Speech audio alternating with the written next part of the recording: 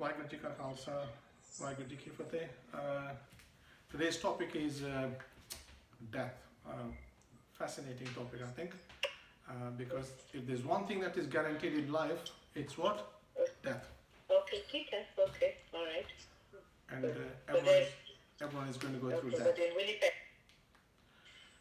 Okay, I can hear someone talking there. Yeah, that's fine. Right, okay, so I'm going to go through this in a very simplified way so that we can try and understand very, very, very complex things that go on around us. So I'm going to use very basic language. I'm going to try and explain things in a very simplified sort of two-dimensional way. Although we've got to understand that some things that we're going to discuss here are very in-depth, so you've got to have an open mind to try and understand what's going on. And if you don't follow at any one point, just put your hand up and tell me to stop. We're going to discuss this in sort of two ways. One, we're going to discuss what the cycle of life is so that we understand where we come from and where we go back.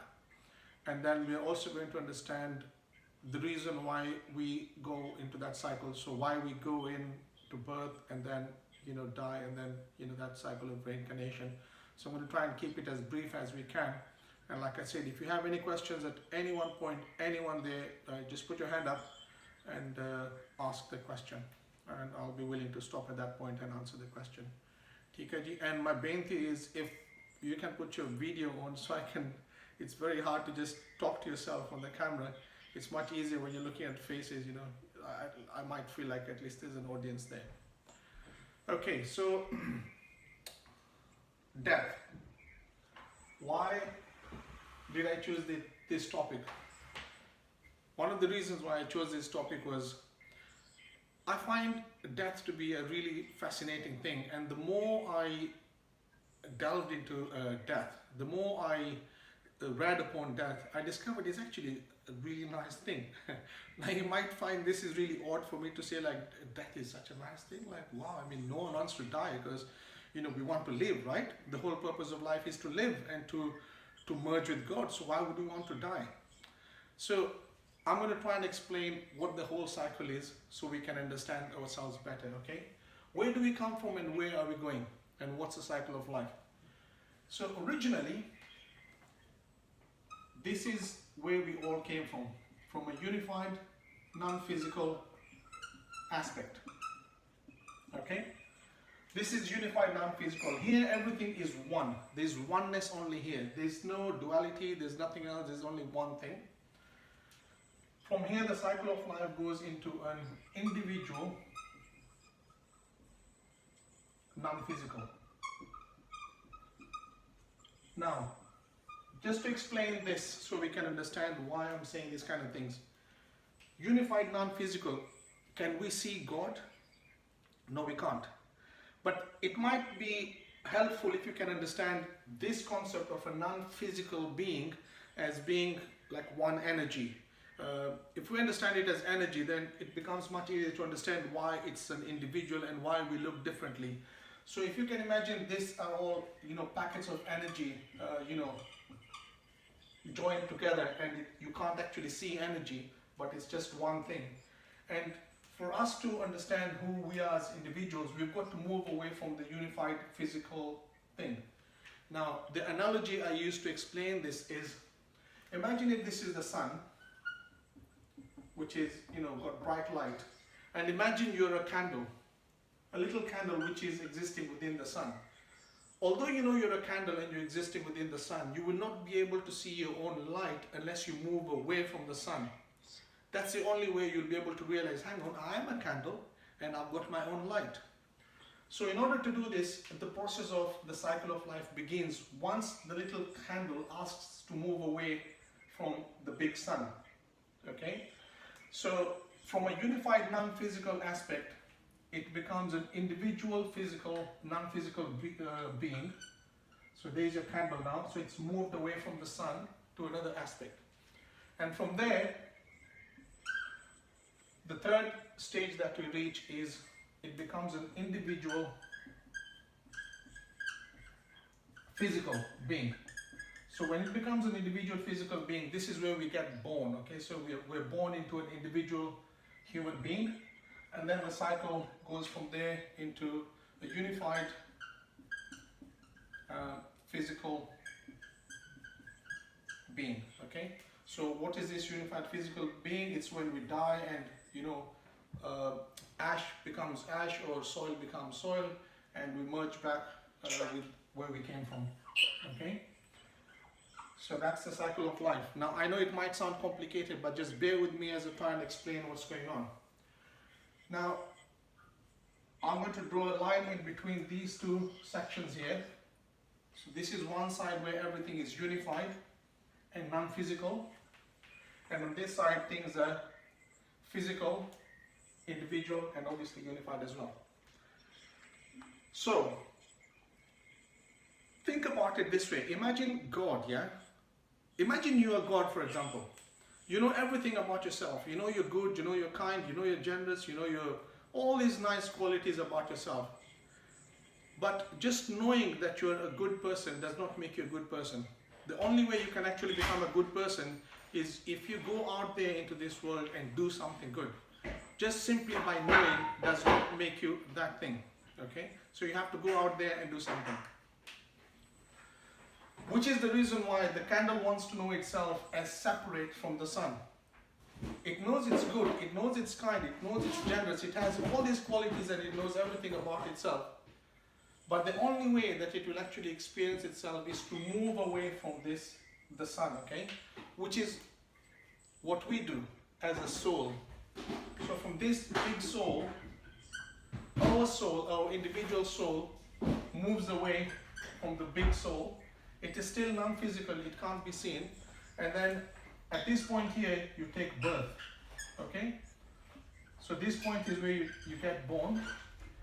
And on this side, everything is about knowing. So you know everything about yourself on this side. And when you cross over to this side, it's all about experiencing the things that you know, okay? So you know this much about yourself, you get born, you take birth, you become an individual physical being, a baby, and then you experience these things that you knew on this side. So what happens at birth? At birth, your body disintegrates into three aspects. You become a mind, a body, and a soul, okay? So this is packets of energy all combined. This is one packet of energy, which is you. So you look different from other people because you're vibrating at your own different frequency and someone else is vibrating at a different frequency. You're all energy, but because of the way that you're vibrating, you look different from someone else, okay? Which is why we've got many beings in this world and no two people are the same in this universe. Even twins don't look the same, okay? They're always, they've got some differences in between them. In fact, did you even know that no two snowflakes are the same? Yeah, no two snowflakes are the same. If you look at a snowflake under a microscope, it will never be the same as another snowflake. In fact, it's even more crazier than that when you think about sand. You know, when you go to the beach and you look at sand, right? It just looks the same, like all the grains are the same. Imagine if I told you, if you put them under a microscope, no two pieces of sand will look exactly the same. They'll always be different. And when that hits your head, then you realize this is just amazing, that no two particles in this world can be exactly the same. They're all different, okay? So our energy vibration moves away from this unified non-physical into an individual non-physical. We get born. At this point we take birth, and at birth we disintegrate. So here we're unified, we're one thing. If it was love, we're full of love. It's about doing anything. It's just one thing that we do on this side. There's no two things that we're able to do on this side. When we cross over to the physical world, so this is a physical world on this side, and that we can call the spiritual world, okay? Our body moves into the mind, body and soul. Mind is what we use to think, make decisions. The body carries out the acts that our mind thinks about, and the soul has got desires. So the soul desires to do something, your mind chooses from those desires, and then your body carries out that act. Now, these three aspects in life are not the only things that exist in threes. There are other things that exist in threes as well, and they're the same thing. For example, your past, present, future, yeah, your thought, word, your action, your subconsciousness, your consciousness, and your superconsciousness. You will realize that on this side, in the physical world, things occur in threes, and there's no separation between them. To give you an example, if I asked you, when is the present? You'd say now, but it's not. That was 2 seconds ago. And then I'll ask you again, when is the present? You'll say now, but that was 2 seconds ago. So you can see the illusion that has been created. We think we are in the present, but actually the present doesn't exist. It is simply just an illusion. Because the moment you say you are here in the presence of the moment, you cease to be, because the present just keeps on moving. So this three aspect being of us does not leave us. We are always a three-part being. No matter where we are in this universe, we are always a three-part being. It's just that at birth, these three aspects sort of show themselves in different ways. Now, many people confuse between the mind and the soul. Very often, we think that we are thinking with our soul, but actually we are doing the thinking with our mind. And the mind and the body are very good friends. And the reason is because when the mind says, hey, let's go and do some pange, or let's go and do some mischief, the body is always ready to go and do those things. But the soul will always remind you of what is serving you in a higher purpose. And often we put the soul away. We don't want to talk to the soul because the soul always speaks the truth to us. And why does the soul speak the truth to us? It's because it is exactly the same thing as God. So if you think God is made of some kind of substance or some material, then we are made of exactly the same material that God is made of. So we are, in effect, little gods. Okay? We are, in effect, little gods. We are made of the same God material that Vaheguru is made of. Now, I know this is mind-boggling, and you might think, hang on, one individual person cannot become God, but combined, all of us together, we are God. Okay? So your body disintegrates into three. You experience all the things that you knew on this side. Now you're experiencing them. And then what happens at this point here, when you die? These individual physical part of you mixes with the rest of the physical things that are in this earth, right? Like your body, the cells will die off and you'll either be cremated or you'll be buried, and that your cells will mix with the rest of the soil, okay? So you become unified with the physical world again. But what happens at this point? This is now the interesting point that we want to talk about today. Your mind, your body, and your soul actually reintegrate. They merge back into one, okay? You've heard when someone is about to die, they always say it's an emergency, right? Isn't it? We always say, oh, that's an emergency, I must go there, someone is dying in my family. It's called an emergency.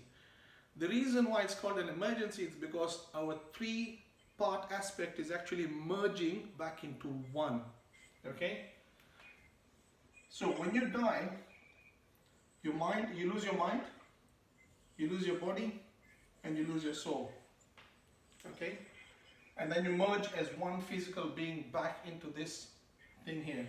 Now, just to explain to you what happens at the point when we are dying, okay? At the point that we are dying, the first thing that happens to us is that we are no longer part of the body. So although you are existing there, suddenly you come to a realization that, hang on, I can see my body there on the table or on the bed or wherever it is, but I'm not part of that body. I'm actually separated from that body. Because you start taking on an ethereal body, you take on a different body, not the same body that the physical body that you're born with. And then the second stage of death is when you start losing your mind and you're thinking, hang on, am I alive? Am I dead? What's going on? I've seen these people before in my life. You know, I was with these people before, but how come they're alive and they're not dead? I thought they were dead. You lose your mind, and after you've lost your mind, then you begin to realize that you're just a soul, okay? And even your soul, when it merges back, you realize that there's only one soul. In this whole universe, there's only one soul. Even we are individuations of the same soul. Now, the reason why we think about it as two souls merging into one soul, and Gurbani uses a lot of this to say, you know, it's two bodies with one soul. This is actually what it means, is that there is only one soul that exists. When we come to this side, we are separated from that one soul, and the reason why we are separated is by design. Now, you can see I drew a line in the middle here. Yeah? Let's call this line the veil of separation. Okay? Let's call this the veil of separation. So, it appears, because the mind has been created in such a way, it's been designed to do that, to create the illusion that we are separated from this energy. In reality, we can never be separated from God. It's impossible. We cannot be. Which is why I find sometimes very strange when people say, oh, what's your purpose in life? Oh, I want to meet God. The only reason I would tell you I want to meet you is if you're not with me, correct? Because if you're standing next to me and you're talking to me, I will not say I want to meet you, will I? Because you're already with me. So when we say we want to meet God, we're actually pushing God away from us. Because God is always here, present with us all the time. He is here with me now, He's here with you now, wherever you are. But we can't probably feel that. Not everyone has the ability, or not everyone has tuned into the frequency of realizing that Waheguru, God, is with us right now here as we speak. And you can fine tune that in your life if you want to. There's a process you have to go through to become a Sikh of the Guru. And then you'll be able to get that actual feeling that Waheguru is with you. That Guru Sahib is Ang Sang with you all the time. Okay? So this veil of separation, this one here, has been made on purpose. Because there was no way that this candle could move away from the sun. It always had to exist within this whole energy, drama. And for us to appear that we are separated from God, Waheguru created this veil in our mind that gives us the illusion that we are separated from God. So once we get into the physical world, the illusion begins. The illusion is that we are separated from Waheguru. Now, I spoke about the mind and the body, and most of us think that we get born, we experience all these things that we knew about on this side, and then we die, and then we go back to Waheguru. No, it doesn't happen like that. We have actually died many times, even in this present life. I know, it sounds weird, but we have. This is not the only time that we have died.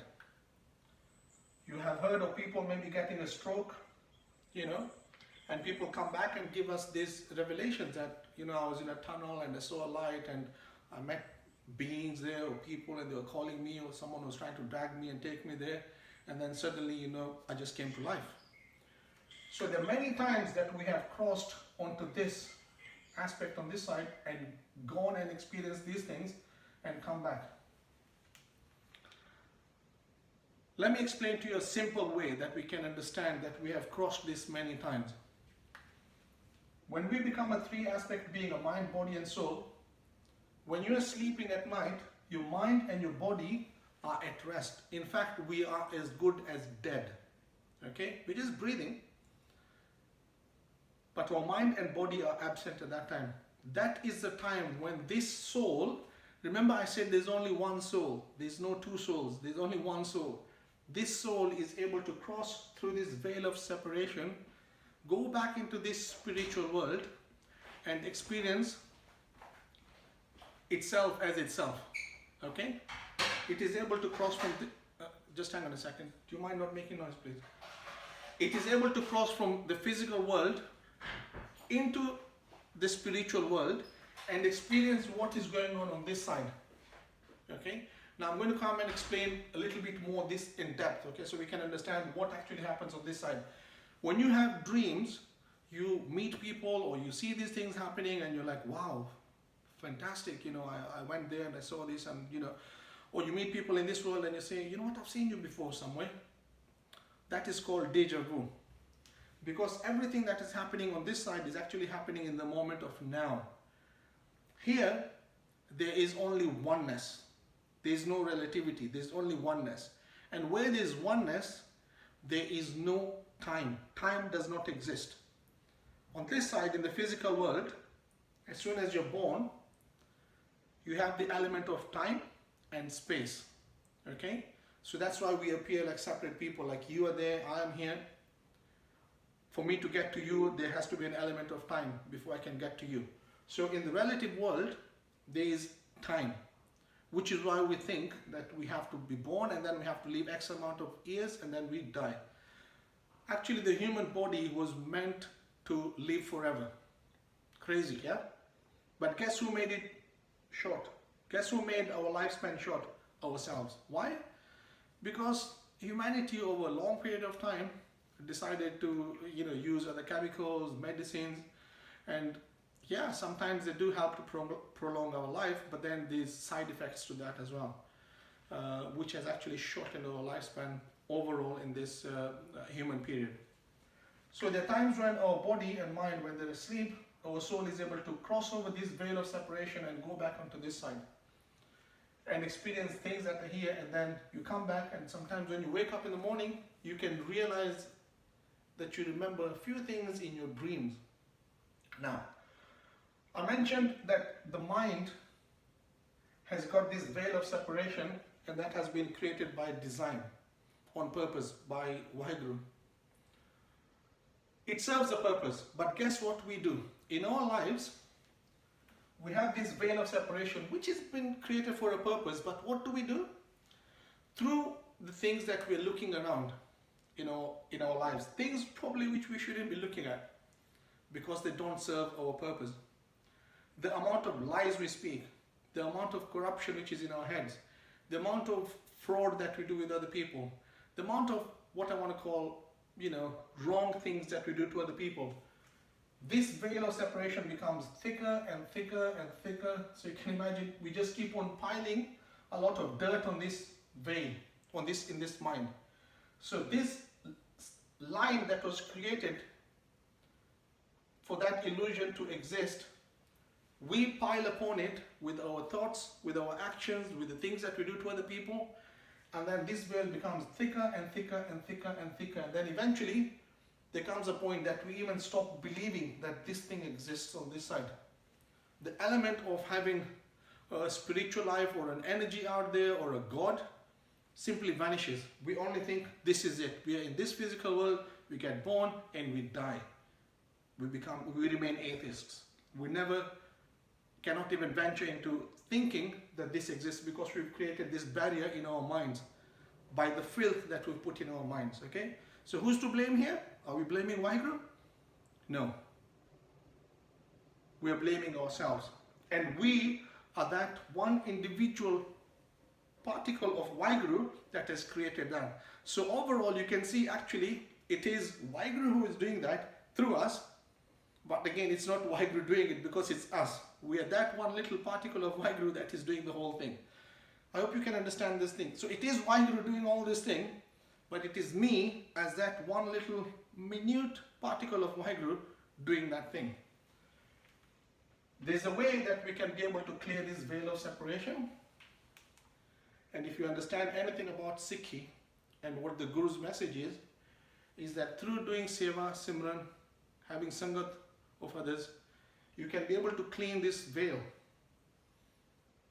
The more Kirtan you do, the more Gurbani you read, it's like a dirty sieve, right?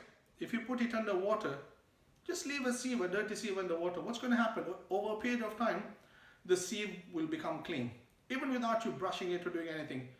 So when someone tells you, like elders especially will tell you, just listen to Kirtan, listen to Gurbani, just put a tape on or just sing Kirtan, Doesn't matter whether you understand it or not. Eventually, the power of Gurbani and Shabad is that it is able to clean this mind in our heads, which has been filled with more filth, and then this veil of separation ceases to exist. Okay? Once this veil of separation ceases to exist, then you realize that because there is no veil here, everything is just one now. Okay? Because this line doesn't exist. Can you see if I remove this line, what happens? This becomes one. When we're asleep, our soul is able to cross over to this other side and experience this spiritual world. And then there are people who can willingly be able to stop their mind and body in this physical world and cross over into the spiritual world. And that is what is called being Jivan Mukht, living, being dead while you're still alive, or the other way around, depending on what perspective you're looking at. Okay? So the people who are able to sleep, participate in what they're doing in the Gristi Jivan, like living a householder's life, and they're still able to cross over onto this side and experience things which are happening on this side and come back willfully. Not like most of us, it only happens when we're asleep. But the people who are able to cross over all this time. So we've not died once, we've died many times. Okay? Until eventually, there's the last point here that, we finally give up our swas. Our breath is written. The number of times all this is going to happen is all defined. And how is it defined? Because when we asked to move away from the sun, we decided for how long this was all going to be. This was a contract we had with the Kalpuk here. So our number of breaths in the physical world are limited. That doesn't mean you start breathing slowly because you think you want to live longer. No, it's just that the number remains the same. It's like a computer game. When you play it, a programmer has designed certain moves in that one game. The total number of moves don't change, but you can go into any level at any time you want within one game and shift to a different game within the game. In a similar way, we can play this game many times. Okay. Now I'm going to explain a little bit deeper about what happens actually when we die. And I found this quite interesting because I was just mind blown by the whole thing. Okay, right. So I want you to imagine that we are time travelers. Can you imagine we are traveling through time? Imagine I told you that actually time is a concept that has been created in this veil of illusion because it serves a certain purpose. But in reality, we know that God is timeless, right? Where God is concerned, there is no time. And if God is timeless, because He has been there in what we call the past, He is here in the present, and He's always going to be there in what we call the future. So where God is concerned, there is no time. And where God is concerned, that is what the absolute truth is. So we used to think that the truth was only, for some people it was below the line on this side. In the physical world, you think, oh, what I'm looking at, this is the reality, right? Because it's happening to me, because what I'm looking at is what is reality. Unfortunately, that's not how it is. Our reality is actually on the other side, in the spiritual world. That is what is real. This is just an illusion, what was down on this side, okay? Now, I want you to imagine you're in a tunnel.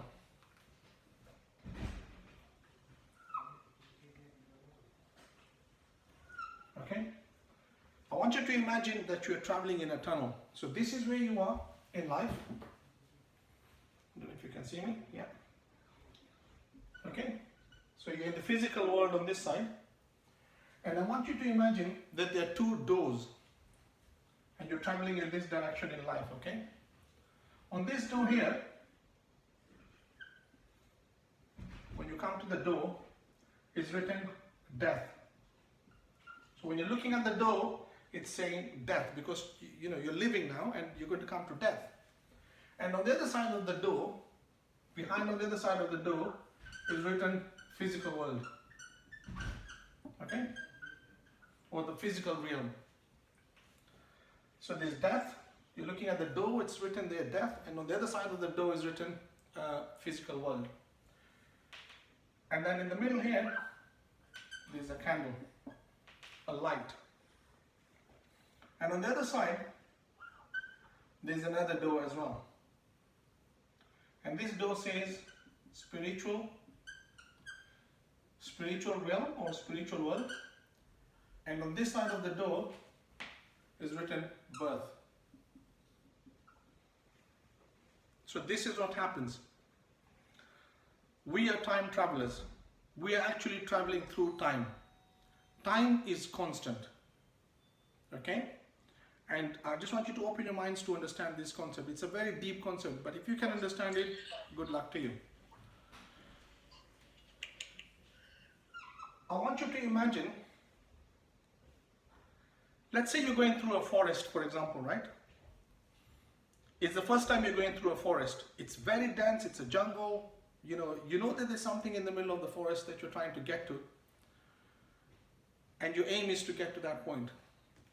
And from where you started, you know that you want to get back to where you started because everyone else, your friends, your family is waiting for you there, right? So what would you do if you're going deeper and deeper into the jungle? Would you just go roughshod into the jungle and say, hey, I know there's something in that direction and I'm going to go there and pick it up and then come back? You probably wouldn't do that. What would you do? You would be leaving markers. So you'd go to one tree and maybe leave a mark there, or cut it a little bit with a design, or something that you can remember, I was here before. And then you carry on up ahead and to the next tree, leave something there, maybe a stone, some kind of indication or some kind of marker. Similarly, in our lives, everything that we've thought about in our lives, remember I said we come from knowing. Everything that we think about, that we think we know about ourselves, imagine it's like a picture in this tunnel. So this is the tunnel, and imagine there are pictures in this tunnel.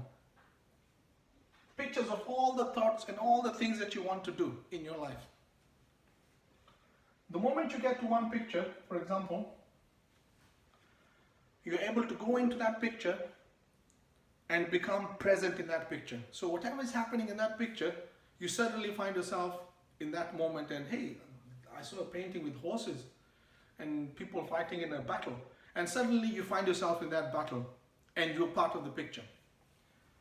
Similarly, everything that we think about is inside this tunnel.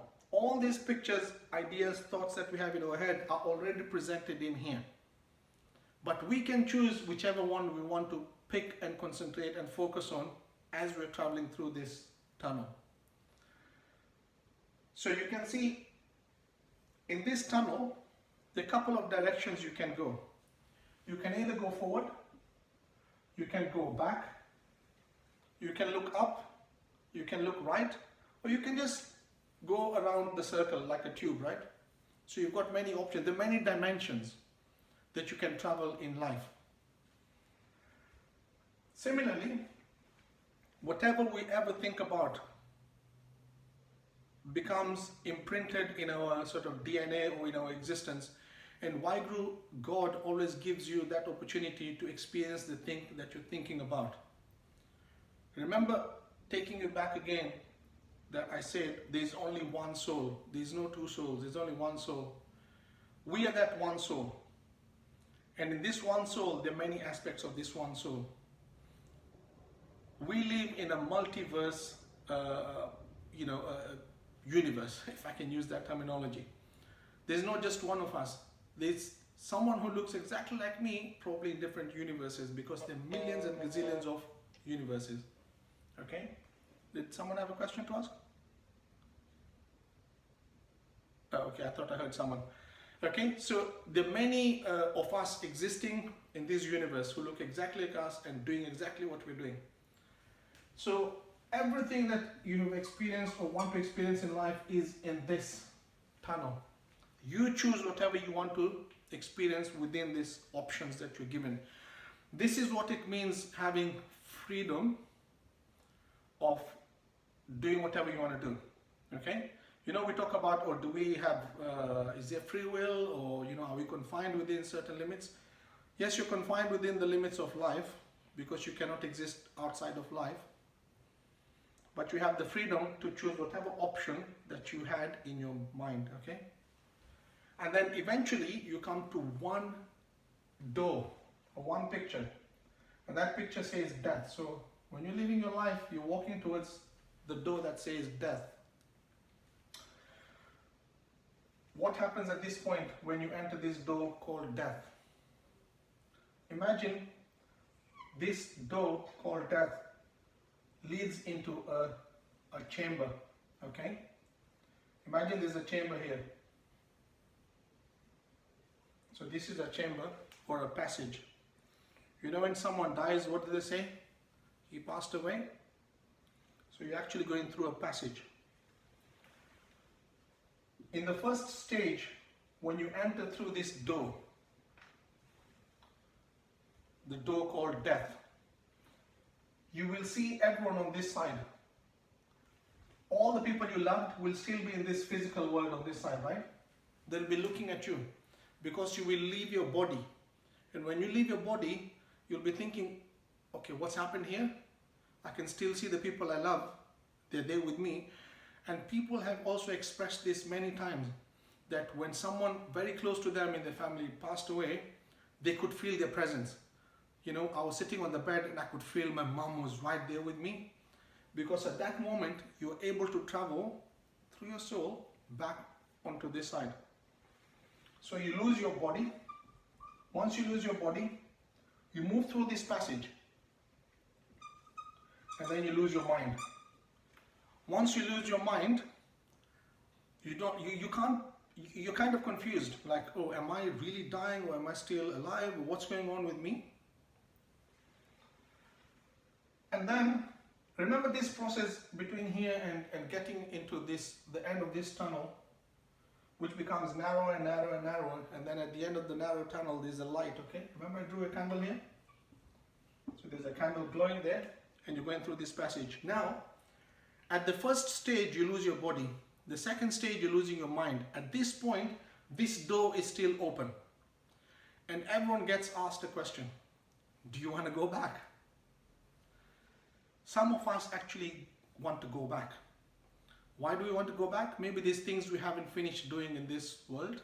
Maybe, you know, I wanted to see my kids growing up and getting married, or I had to finish my university, or, you know, other things that you wanted to go and accomplish in life. And then suddenly, when you've made your decision that you want to go back, remember this door is still open and you can see your people. You come back to life. Many times people have said, you know what, clinically this person was dead in the hospital. But what happened? Suddenly he was alive. So you go back into this cycle through this door and you take life again. You become resuscitated, or for some reason you become alive again, and people are like, whoa, miracle. No, it wasn't a miracle. You just made a choice to go back, okay? Once you decide that, no, I've had enough, whatever I've done on this side, I want to move on forward.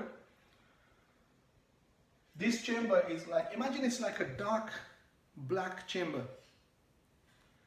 Very dark, but it's like a warm chamber, right? So although it's becoming darker and darker and darker, right? It's really, you know, it's a warm kind of feeling. And on this side, at the end of the chamber, all the souls, remember I said there's only one soul, but there are many individuations of this soul, they're all waiting for you on this side. The people who loved you, the people you're going to love in future, and the people you love now. They're all waiting on this side to embrace you. When you come to this point and you see the love that these souls are giving you, you actually want to embrace them and join them and become one with them. And at that time, when you've made your mind up, this door gets closed. This door gets shut. And then now you also lose your soul. Because suddenly you realize I'm not just one soul, many souls. There's only one soul, and you merge with all the souls. At this point here in the middle, all aspects of you become unified into one. Whatever you had done in life, whatever sins, you know, if you want to call it sins, you had committed in your life, you are shown over here. Remember I said you asked a question. You're reminded of what you've done in life. You get asked, do you want to go back? Do you accept you did these things? Have you understood why you did these things? Do you want to go and experience them again? So all this happens within this point here. The moment you said you've understood all this that has happened to you, when your lekha is being asked of you, and you've accepted what you did and what you knew about yourself is what you experienced, you move forward. And when you move forward and you unify with this light, all your sins, they get washed and taken away. Because this light is such a big engulfing light, it's full of love, right? That no matter how bad your sin is, it just dissolves everything and you get accepted, you're embraced like this. No matter how bad you are, no matter what you've done. I know some people might think, hey, did Hitler go to heaven? Yes, he did. Because all souls, no matter with what vibration they are vibrating, either positive or negative energy, eventually they all merge back with Vaheguru. And Vaheguru takes away all this sin and this burden, and you realize, hang on, what I was doing to other people, I was actually just doing it to myself. You know, the moment where in this life we think, oh, I'm stealing from my boss, or I'm doing something wrong to someone else. When you come to this point here, and then you're shown a picture of the things that you're doing, you see that you're actually doing everything to yourself, because there's only one soul. When I thought I was killing someone else, murdering them, I realized I was actually just doing it to myself. When you understand that concept, when you understand what your purpose was in this life and you accept it, with that knowledge, you will be propelled through this middle here, where everything becomes one. This is where oneness exists. So at this point here, you experience and your knowing merge into oneness. Okay? This is called the essence. You know, when we talk about Naam, because many of us are confused, what is Naam? Or is it just saying Vaheguru? Or is Naam some kind of physical thing that we have to acquire? When you get to a point of oneness, that essence is what is called Naam. That is when you get merged into Naam. Which is why I was telling you that people who are still living and are able to go cross over into the physical, spiritual world can willingly do that, because they are imbued with Naam, the essence, that they can cross over to this side of knowing. With the amount of experience that we've got and the amount of kamai means your wealth. What have you garnered from this world? What have you gathered in this physical world? What did you take away with you? You cannot take your physical body with you. You cannot take your thoughts with you. But there's only one thing you can take with you, which merges with this light, and that is your bhakti, your Naam. So, when you accept that your way of life is bhakti and Naam, and you want to realize more about yourself, that energy will shift you even further onto this side. Okay? You merged one into your core being. This is you. This is now you. The real you exists here. And then you go into this, what is called the spiritual realm. So this door on this side says spiritual realm, and on this side, you can see this door says birth. And you mix into all these realms, and you realize actually all these realms exist where there is Sachkhand. This is actually all Sachkhand. But the energy of Sachkhand is felt more at this in the core. And on this side, the other realms where some people always speak the truth. This is what they enjoy doing. Some souls enjoy just doing seva. This is where they exist. Now, on this side, you'll realize that these pictures don't exist, because there's only oneness on this side. Everything is absolute.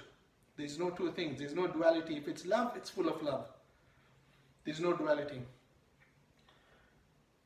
The energy that will propel you from this side will take you further and further onto this side. Now, if I can draw a spectrum and say, let's say this is point 0, and these are all the experiences we had in life, okay? Including these pictures. These are all experiences that we had.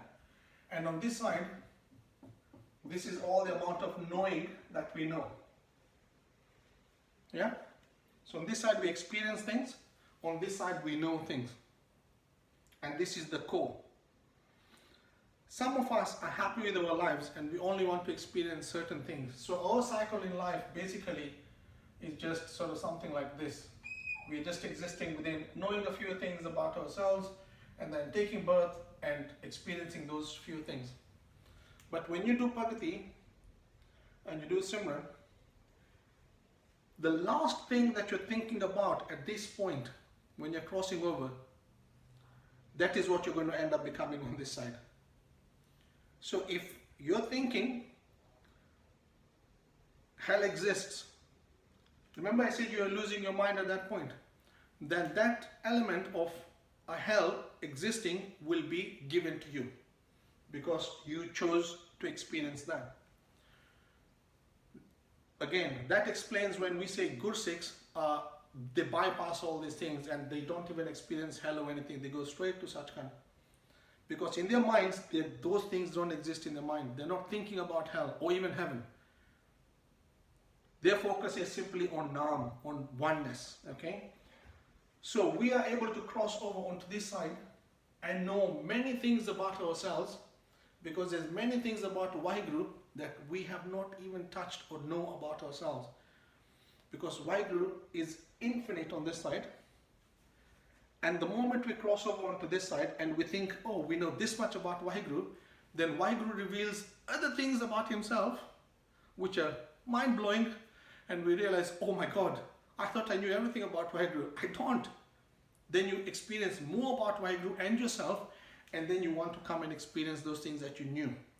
Which is why the cycle of life, death, birth keeps on happening all the time. Yes, there are some souls that will cross over onto this side and they enjoy hanging around on this side. But those souls also know that when they are needed, when they are required, they will take birth again. So the cycle of life happens that way. Okay? Now, what we have to see and the lesson that we need to take from here is that there is no difference between death and birth. They're exactly the same thing. So don't cry. Okay, it's good to grieve when someone passes away, you know? Yeah, let it all out. Don't keep it within yourself, because if you keep it within yourself, you're not helping anyone. Mourn that person, but celebrate the person's life. That is more important. Celebrate the person who has left us. Because you know what? They are just going to merge back with Vaheguru. There is no other option. We will always merge back with Vaheguru. But how much we merge back with that essence, the Naam Vaheguru, depends on what we have taken with us in this physical world. So instead of just remaining in this life and death circle here, where you only know a little bit about yourself and experience a little bit, you can experience more about yourself and know more about what Vaheguru is and make this one bigger life cycle. Okay? So ultimately, there is no difference between death and birth. When you leave the physical world, you take birth, correct? And the process gets reversed. There's oneness here. When there's oneness, you get obviously asked, do you really want to take birth? The question. And then you go through this passage again. Remember, when a kid is born to the mom, that's another passage. That is the way Vaheguru has created the physical world to exist. Okay? Then from your oneness, you split into a three-part being. Your mind, your body, and your soul. So it's at this point that conception takes place. And then you go through this physical world and become human again. So this cycle is continuous all the time. You can either go short, depending on what you want to know about yourself and you're happy with what you know, or if you want to know more about yourself, because I can tell you for a fact, we don't know much about humanity or ourselves. I don't know much about myself. But I know one thing, that because God is amazing and He's capable of doing anything, there must be very many aspects of Vaheguru that I have not understood now. But I would willingly give my life to do that. So when you give your life, you have to die, right? So birth and death are exactly the same thing. Fear not. All these souls that you think you're leaving behind, all these souls that you're going to meet again, they will always exist. Because you cannot get rid of the soul. The soul is that part of us which is Vaheguru. It will forever exist. And that is what we have to remember. That we don't want to get attached to this body. Don't think that we're only born. I wasn't just born a man. There's many other life forms I've been. I've been a woman, I've been a beast, an animal, a king maybe, a murderer, a thief, a rapist. Maybe I've been all these things in my life. And at this point, you get shown all these things that you were. When you accept that, yes, I was this, I was a bad person, then because of your acceptance, you get propelled even more and you understand more things about yourself. When you don't understand these things and you don't accept that, oh, I did these things, then guess what happens? That cycle carries on and on and on. I'll give you an example. You know, sometimes people think, oh, my partner, I've been married to her for a certain number of years and I'm not happy with her now and I'm going to divorce and, you know, we're going to go our separate ways. Guess what happens? We think we're escaping from this, right? Or even take suicide, for example. We think, oh, I'm going to commit suicide and I'm going to leave this world and, you know, all my dukh is going to go away. Guess what happens? Leaving this physical world does not mean that that thought has vanished. Again, you're going to take birth. Again, you're going to go through the pain of the physical life. And again, you're going to come to the same point where you were with your first partner. Or where you're about to jump off the bridge. And you're going to be asked that same question again. Do you want to do this? When you say you want to do this, guess what's going to happen? You're going to come to this point, and then you're going to go back into this life again and keep on experiencing it. It's until we accept that this is the will of God, that this is Pana, that this is what Vaheguru wanted me to experience. When you accept that thing, then you close that chapter and then you get into knowing more about yourself and you learn new things about yourself. I hope that makes sense. I know this is a very deep topic and I've tried to touch it in a very simplified way because I couldn't think of another more simplified way to try and explain these things to you. Yeah, so enjoy life and enjoy death. We are all going to meet again. This is not the end of it. Okay? So celebrate life, celebrate death. But cry if you have to, but don't cry all the time. If anyone has any questions, I know it's quite complex, so if anyone is, I know there's quite a few people here that, okay, we've got a question by some. Someone said, why are souls required to give birth and why do we want you to continuously experience life? Okay, the word God, life, freedom, truth and love mean exactly the same thing. You know, when you meet your friends and you ask them, hey, how's life? You're actually asking them, how's God? Because God is life. Okay? There's no separation between what is life and what is God. Intrinsically, God is life. Because, like I said in the beginning, just knowing about yourself is not enough. I can know certain aspects about myself. I can know I'm a good guy, but if I'm sitting at home on the sofa drinking Coke and having popcorn and thinking, oh, I'm a nice guy, that won't make me a nice guy unless I go out there in the world and do something. In a similar way, God knows everything about himself. But for him or her, God is not male or female, for her to experience herself, she created this illusion of the physical world. Okay, so remember, it's just purely an illusion. This exists as an illusion, and even science can explain this as an illusion, but I mean, it's too in-depth for us to go into this. But it's just amazing when you start studying an atom, you'll realize that, whoa, everything we're looking at is purely just an illusion. It's just energy packets that are packed together like this, you know, and fighting against each other or helping each other. Okay, so Vaheguru has created this life aspect so that we can experience what we know in very simple words. And remember, there's no end to knowing and there's no end to experiencing. You might think, oh, I know everything about Vaheguru. Do you think there's ever going to be a point where someone can say, I know everything about Vaheguru? No, because the moment you reach that point, Waheguru is going to show himself in other forms. And you'll be like, whoa, mind blowing again. I thought Waheguru was just this, but Waheguru is showing himself in even more forms. Okay? So don't ever think that there's only one or certain aspects that Waheguru shows himself in. Many ways. So don't chase someone else's dream. Sometimes we think other people have had experiences of God and we're like, oh, I've never had an experience of God. No, you have. It's just that our perspective is not allowing us to look at that. All these things you're looking at, all the people you're meeting at, that's just God walking about in different people. Realize that. Appreciate that. Once, imagine if I look at you and I realize, oh, that's another God being walking. That's just me. I wouldn't want to hate you. I wouldn't want to do something nasty to you because, you know, I'm just doing it to myself. So we've got another question. Well, we've got two. One is, why are we in an illusion? If you answer that one first, and then I'll move on to the next one. Okay. Like I said, for a candle to know itself as a candle, for us to know ourselves as individuals, we cannot stay with the big light, which is Waheguru. We have to move away from the light. Okay? Let me put it in a different way. In the absence of that which is not, that which is not. In the absence of that thing, let's say we say fast. The word fast cannot exist unless there is slow. You cannot have light unless there is darkness. You cannot have love unless there is fear. Because if one of those things doesn't exist, then the other one won't exist anyway.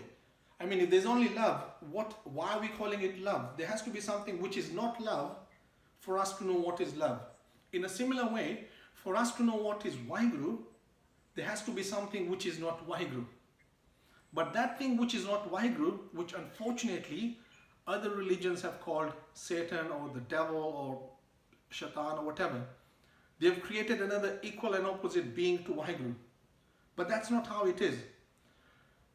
For us to know what Waheguru is, Waheguru has created something which is not Waheguru. We call that Kaljug, right? We're living in the summer of Kaljug, materialistic world or Maya. But this is only an illusion.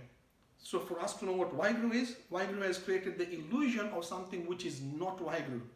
But the moment you realize that that's just an illusion, that actually in reality there is only Waheguru. Because we cannot physically be separated from Waheguru, there's no other place. Imagine if we are living within Waheguru. Do you think Waheguru exists here and we exist somewhere else? Is it possible for us to exist where there is no Waheguru? Impossible. We must exist where there is Waheguru. Waheguru has to be where, we exist within Waheguru. And he exists within us as well. So to create that illusion of separation, Waheguru gave us a mind, and that mind gives us that illusion of separation. And it serves a purpose. You've got another question. It says, so why do people suffer by being born into bad lives? Or like by dying in terror attacks or something that's out of their control? Sorry, could you repeat that question?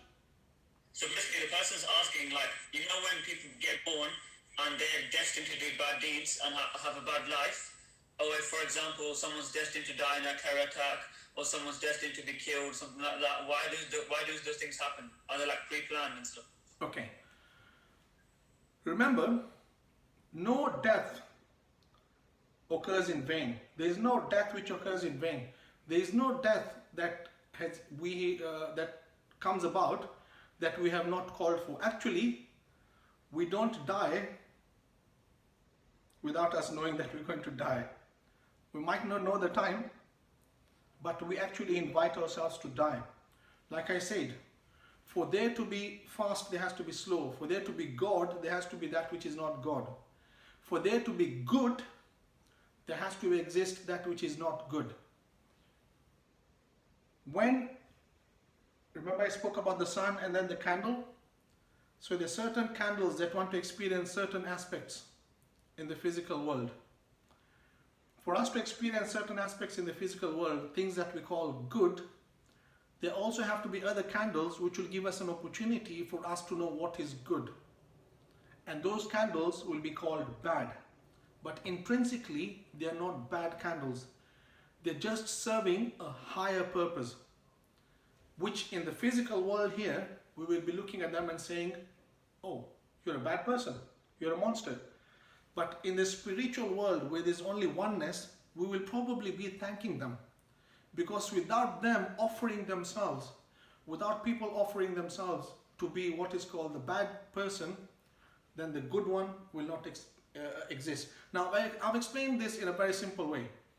But this does not happen just because you chose to do so.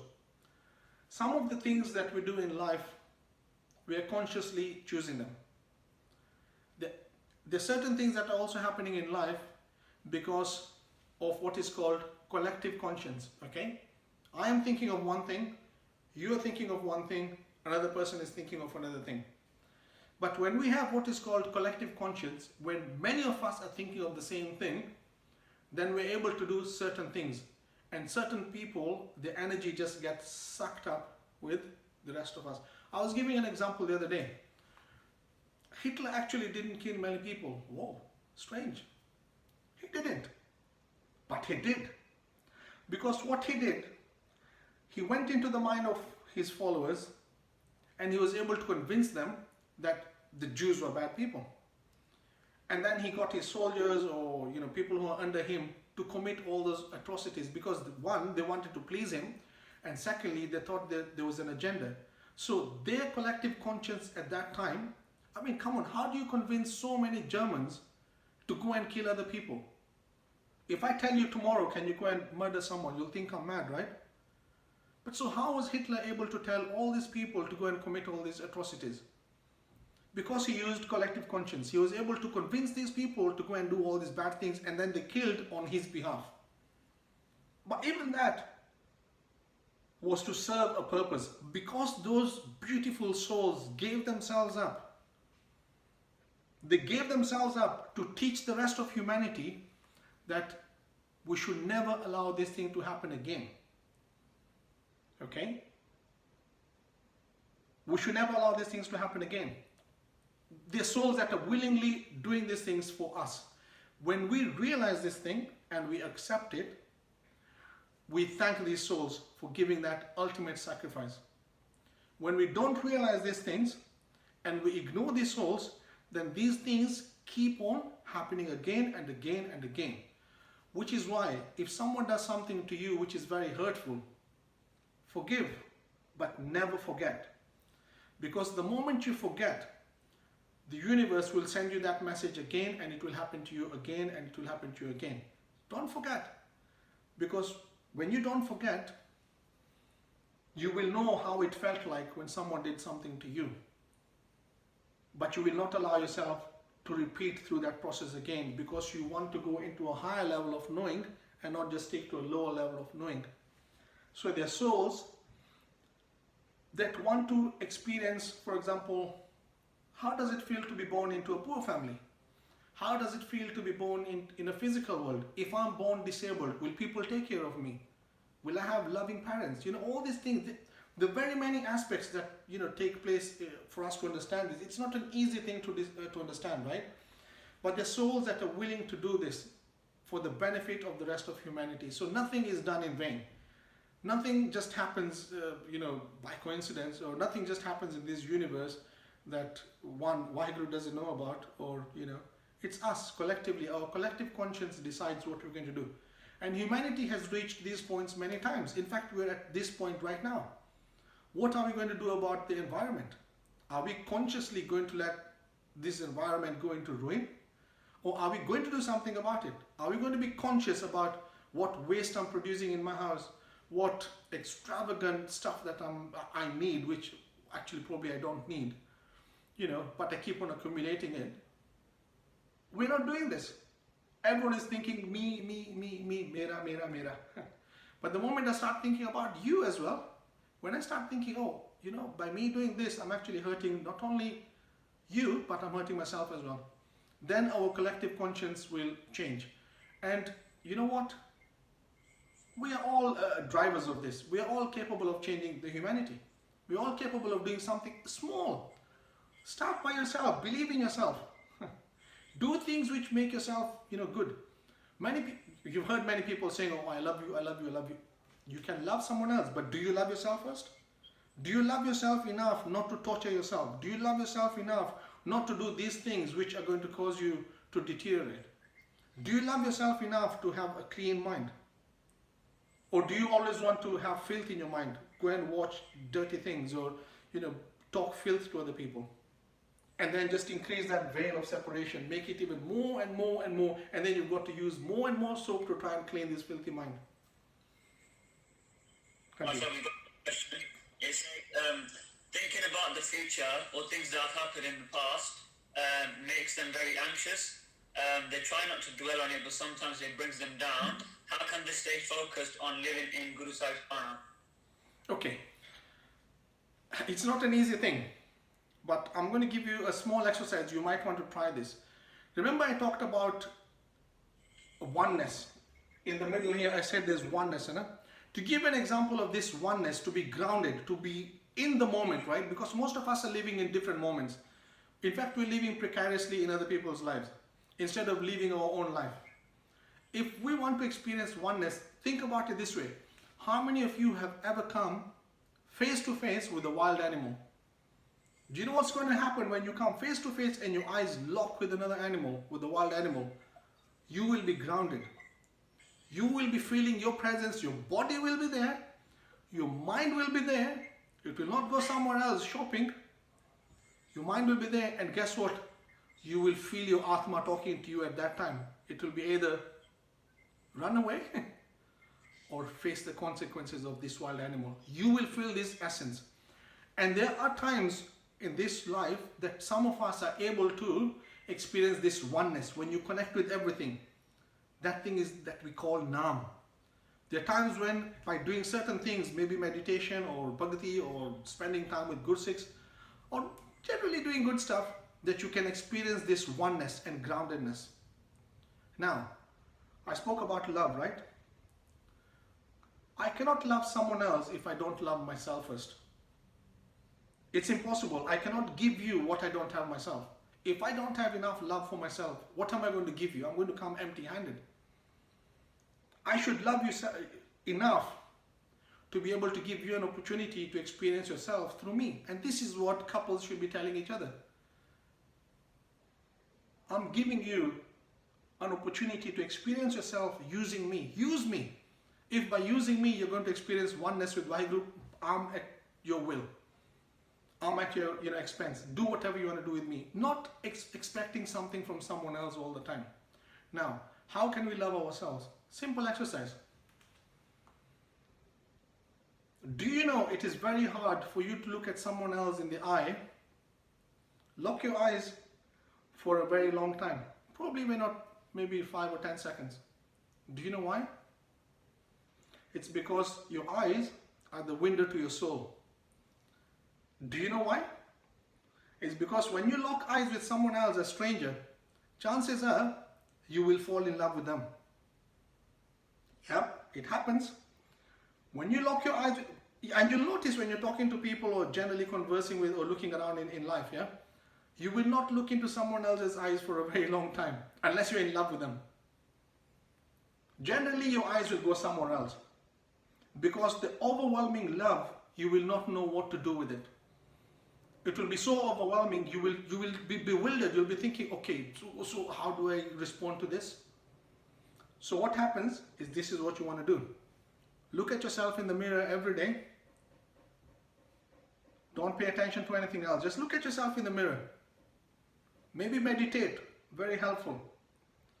And then if you do that for a minute or two, close your eyes and just feel yourself. Eventually you will fall in love with yourself. Try this every day. Tell yourself this is what I'm going to be doing. Every day I look at myself in the mirror. Throw everything away. In your mind, don't think about something when you're looking at yourself in your eyes. Don't listen to anything. Just be there. Be in that oneness. Eventually you will fall in love with yourself. And that experience is what you'll keep on wanting to experience, wanting to experience, wanting to experience all the time. Love is all there is.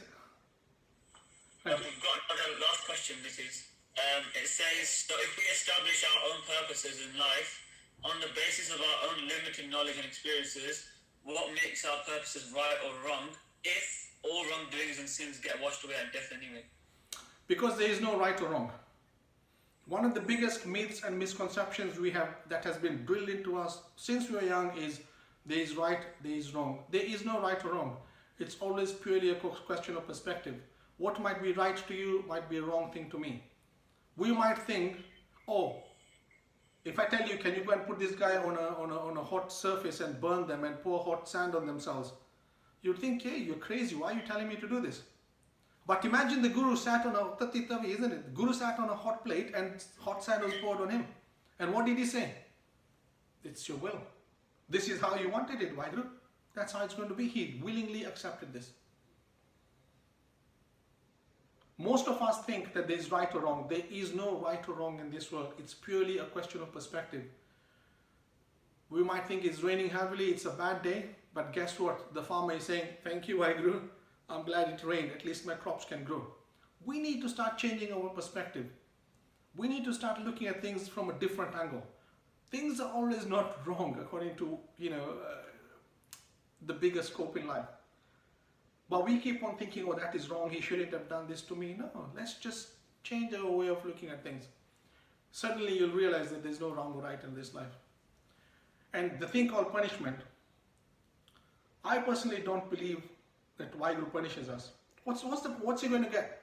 If we say that Vaheguru does everything and Vaheguru is in control of everything, why would he want to punish you for something that he was in control of in the first place? If I am living in Guru's hukam, and hukam means I cannot live outside of what God's will is, why would he want to punish me for something that he was in control of? Actually, we punish ourselves by our own actions.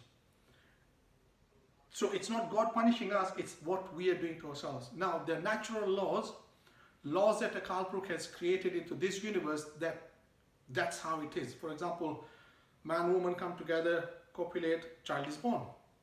Yeah? An apple falls down from a tree, that's the way it is.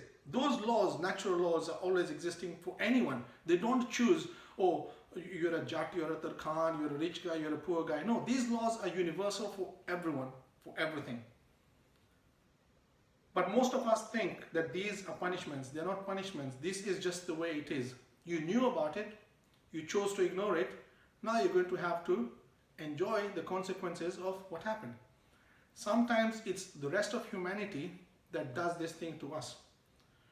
And humanity has a very high tendency of destroying the very thing that they love.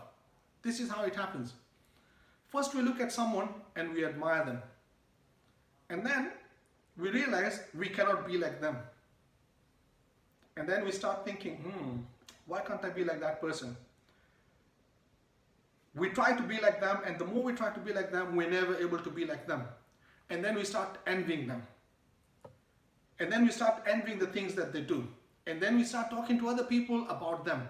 Oh, that guy's not a good guy, he's a bad guy, look at the things he does, man. No, avoid him, he's negative, blah, blah, blah, yeah? We start putting hatred about the very person that we admire or we loved. And then what happens? We convince people so much to change that person. Because we cannot become like that person, we want to change him to start thinking like us or to become like us. But even in the middle of this, we find that person is still happy, that person is still content, that person is still full of love. But we can't become like him. And then we condemn him. And then we put him to death and we say, you know what? We'll get rid of you. That's what happens. Many saints have been killed because of this love. And then when the person dies, then we make him a saint and a martyr and we say, wow, we love him. This is what happens in life. Humanity has a very high tendency of destroying the very thing that we love. We need to be careful. Let's not fall into that cycle. So punishment per se is something that we give to ourselves. But I really don't want to call it a punishment. I want to call it a lesson. Remember I said that you'll go through this chamber here and you get asked this question. Everything that you've done in life, if you have understood them and why you did them, because you chose to do those things, okay? Taramrai, or the messenger of death, is only going to show you the things that you chose in the first place. You wanted to do them, and you get reminded of the things that you chose yourself. Because you know what, humans, we're very clever of thinking of removing all the bad things in our head about ourselves and only thinking the good things about ourselves. Okay, when I want to talk to you, I'll only tell you the good things about myself. I won't tell you the bad things about me. It's easy for me to only tell you how nice I am, how kind I am, and all these great things about me. But I won't tell you the nasty things about me. But when you come here, all this nastiness is exposed. And you're told, hey, did you know this is what you did? And you're like, that wasn't me. No, sorry, here's a video. Look at yourself. That's what you did. When you accept that that's what you did and that was your lekha, then those things get erased. When you don't accept those things, you still merge back, but like I said, you will not swing very far into this spiritual realm, because what you wanted to experience, you've not fulfilled all that experiences, and you'll quickly come back into this life to experience those things that you're thinking about. Which is why at this moment, when you're passing through this, what you're thinking about is what you're going to end up becoming. So if you're thinking about Nam and Vaheguru, that is where you're going to end up. If you're thinking about doing bad things to people, that's exactly where you're going to end up coming onto this life. So good and bad doesn't exist. It's just an illusion. Ultimately, we're just Vaheguru. We just have to merge with ourselves. We have to realize who we are. Okay? Does that make sense? One last private question. I don't know if this time, I think everyone's in a hurry, but I'll say it anyway. It says, so basically, I'll explain it in small terms actually. Let me read it. So if you're basically going to get your sins washed anyway, in the end, after you die, so does that mean if you spend your whole life doing, you said there's no right and wrong, but someone said, like, if you spend your whole life doing something bad in terms of your own source, so say, example, you kill people, you loot houses and stuff like that, in the end, is there a point of that being even happening because it's all going to go away? That's the question. Okay. You know, your camera's up, by the way. oh, so I think it just showed my low battery. Can you see me now? Yeah. Okay. You see, as humans, we have a tendency to think that what happens in this physical world is what happens in the spiritual world. Now, I was just mind-boggled to see a video the other day, and you can probably see it on my Facebook if you go. I think I did put it there, where, and you've probably seen this video as well, where there's, I think, a lady who is sunbathing, and then the video zooms out, and then it becomes a house in California or something, and then it zooms out, and it becomes, you know, the state of California, and then America, and then the Earth, and then Milky Way, and then, you know, we keep on diminishing into smaller and smaller and smaller, you know, we become so insignificant. And this video that I watched the other day, it was so crazy. What the guy was saying was, if you look at a beach and you look at all the sand, remember I spoke about the sand in a beach? Imagine if you picked one speck of that sand on a beach, that will be the Milky Way. Do you know how big the Milky Way is? Where we exist and all these planets exist around us. That's called the Milky Way, and we're just a speck. Imagine one grain of sand is Milky Way. Now think about this. We think we've done mistakes. Yeah? Imagine how insignificant our mistakes are when you pick a whole sand, you know, a mutti of sand. Can you imagine, like, we think, oh, I've done all these bad things. And listen, where there's God, He absorbs all these mistakes. He tells you, no, my put, I will take them away. I will wash them for you. But have you realized this is what you asked for? When you say, yes, I realize this is what I asked for, I realize that I did wrong, I realize that I was only doing it to myself, yeah, then your absorbing becomes even more. You start vibrating with higher energy, not lesser energy, higher energy, okay? Merging into the essence. Vaheguru will wash away all the sins. Yes, like I said, there's collective consciousness as well. There are certain individuals who will have to come into this universe to do what we call wrong, so that what is called right can also exist. Okay? And there are certain souls that choose to do that. They sacrifice themselves for the greater humanity. Now, in the physical world, it might appear like a very bad thing. You might think, oh my God, you know, how did this person do that? But in the spiritual world, in the spiritual realm, we realize, hang on, it was just me doing it to myself. You see, When you create the illusion of separation, then we're saying, he came and did it to me. But when there's oneness, we realize, oh no, I'm just doing it to myself. Why am I doing this to myself? Why don't we make circumstances or situations conducive for someone else's life so that he doesn't have to do these things? Why don't I pay them more money? Why don't I give the grave food so that he doesn't have to go and steal? Yeah? Why don't I give this person somewhere to live? Because I've got 10 houses, half of them are empty, but oh, because I'm going to get money out of them, I don't care if someone's going to sleep on the street, I'll just keep my houses. Why can't we change our mind? Why can't we change our perspective and think, you know what? Maybe I should give a few of things that I have to help other people. Because if I don't do that, then these people end up doing other things, taking drugs, breaking into other people's houses and stealing. So do you see how we are responsible for this very thing that we think is against us? We contribute to it, but we blame others because we have not realized we are one. And Guru Sahib is keeping on saying, look at everything as one. We are not different from other people. We are not separate. You are not my enemy. I don't hate you. You're just vibrating with a different frequency and I'm vibrating with a very different frequency. But we are one.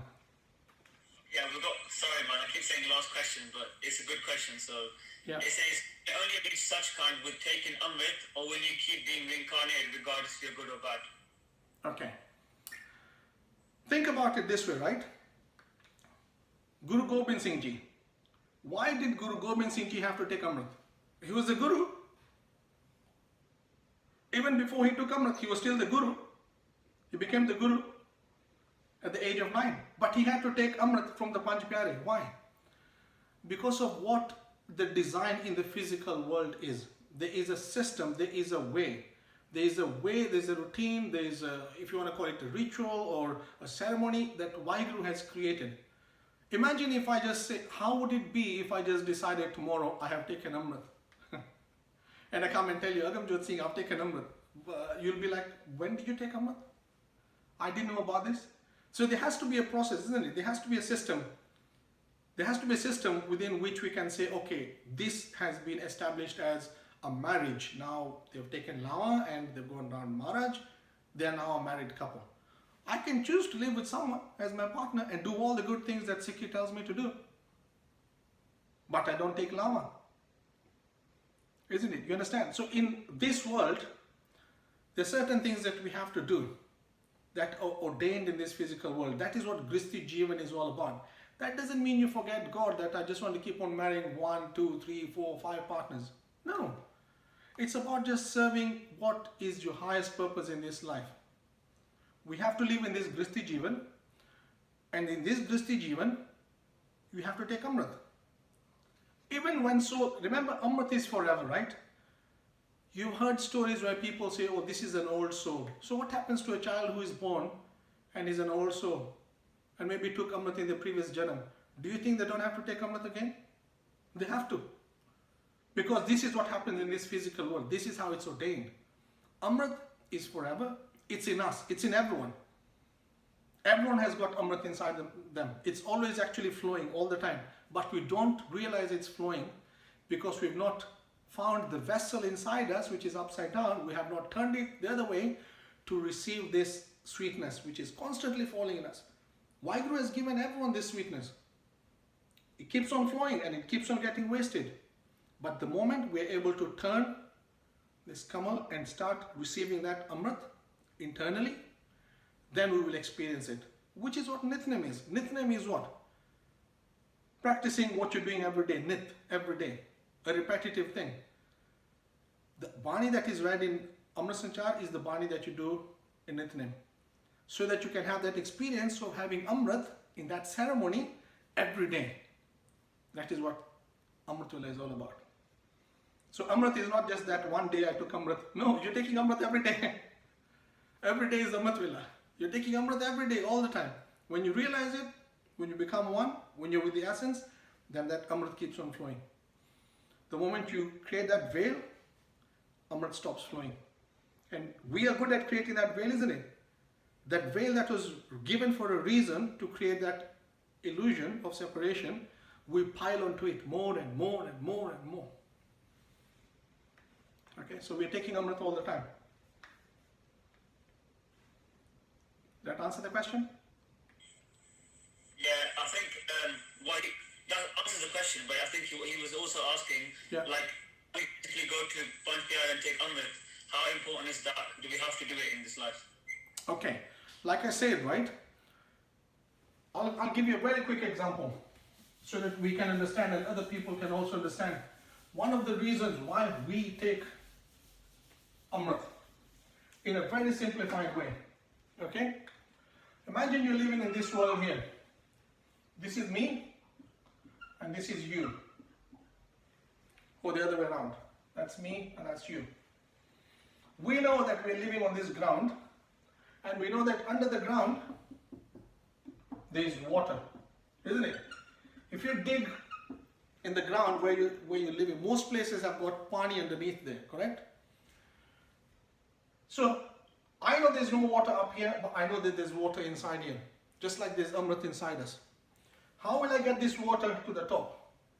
God has given us everything that we need. All the tools are given to us.